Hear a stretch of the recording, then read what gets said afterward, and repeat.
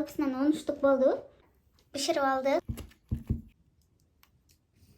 Bizge gerekli zatlar şular. Yumurta, sливочное масло, сахар, un, разрыхлитель, kakao. Eң алгач biz yumurtабызды чагалабыз. Yumurtабызга сахардын баарын салып туруп миксерлейбиz.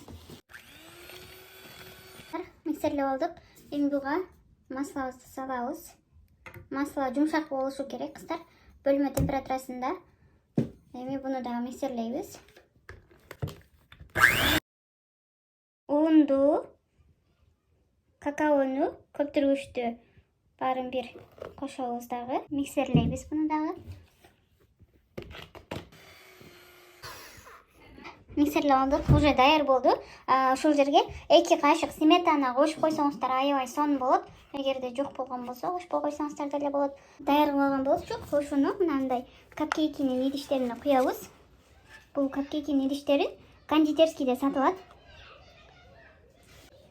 Азыр ар бирине салып чыгабыз. Мына ушундай кылып салып алдык. Жалпысынан 10 штук болду. Азыркы рецепт менен 10 штук чыгат. Мынакей. Азыр муну духовкага салабыз. Пиширип алдык капкейкелерди. 10 штук болуп чыкты. Ар бирин 40 граммдан кылып салып алдык. Ошентип граммдап салсаңыздар баары тегиз чыгат. Мынакей кааласаңыздар начинка кылсаңыздар да болот, кылбай койсоңуздар деле болот. Бул 150 градуста 20 минутада бышты. Сиздер өзүңүздөрдүн духовкаңыздарга карайсыздар. Карасаңыздар сонун болуп. Азыр кремин жасайбыз. Ал үчүн творожный сыр, ага сахарыбызды салып миксерлейбиз. Кыздар, сахар эригичекти миксерлеп алдык.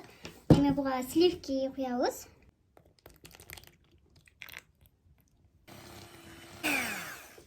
Эми буга кааласаңыздар боек кошсоңуздар деле болот. Какао кошсоңуздар шоколадный болуп калат. Мен азыр какао эле кошомун.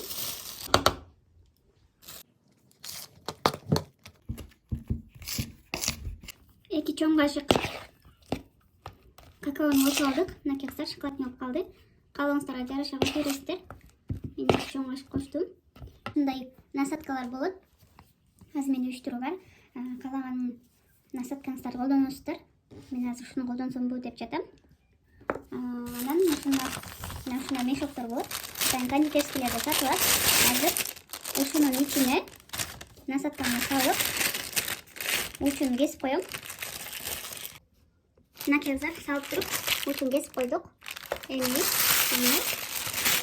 какаонун ичине салып туруп, ошондо бизге ыңгайлуу болот.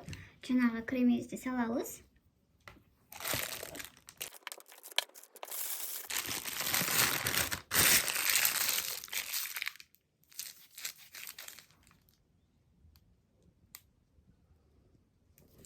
Сливкиге эле бир аз суу кошуп туруп, сахар кошуп койдум эле.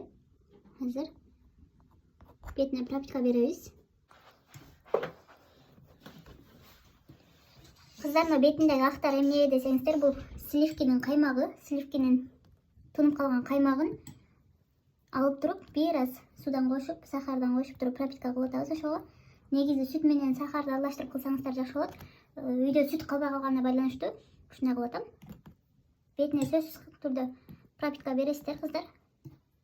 Азыр кыздар, гүл салабыз. Бисмиллахиррахманиррахим.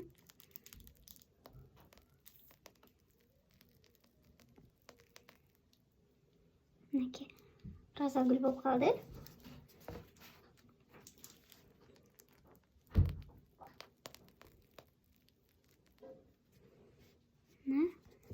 Эми баарын ушундай салып чыгабыз.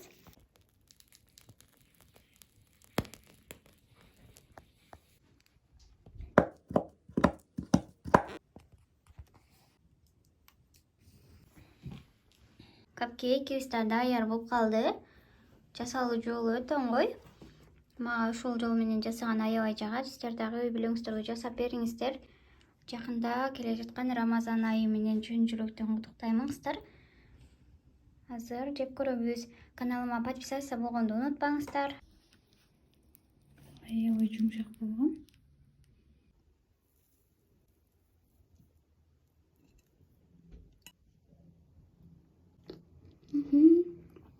Салып турдуна.